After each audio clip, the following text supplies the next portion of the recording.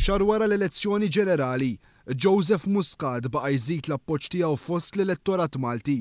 Appoġġ li skont l-istħarriġ ippubblikat mill-Gazzetta Malta Today illum ilaħħa id-59%.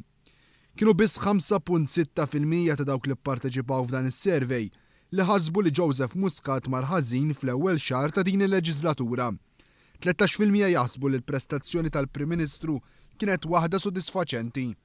Sa dan it-tant f'dan l-istess tħarriġ li sar bejn it-8 u l-10 ta' April li għadda juri li l-Partit Laburista għadu qed igawdi minn appoġġ wiesa ta' 55%.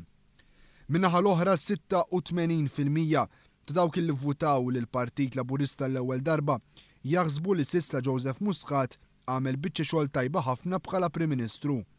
Interessanti wkoll il-fatt li 9.2% ta' dawk li vvutaw għal Partit Nazzjonalista u li ħadu sehem f'dan is-survey jaħsbu li l-kap tal-Oppożizzjoni Lorenz Gonzi kellu prestazzjoni negattiva matul dawn l-aħħar 3 xhur.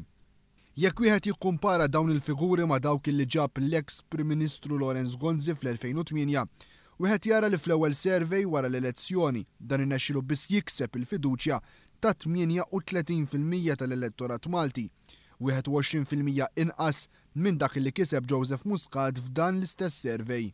Dan kollu jkompli jġib fix-xejn il-kampanja negattiva li qed tagħmel l-Oppożizzjoni Nazzjonalista u l-magna propagandistika tagħha sabiex tipprova tiskredita lil Prim Ministru l-ġdid u d-deċiżjonijiet li ħa matul l-ewwel jiem tiegħu fil-kariga.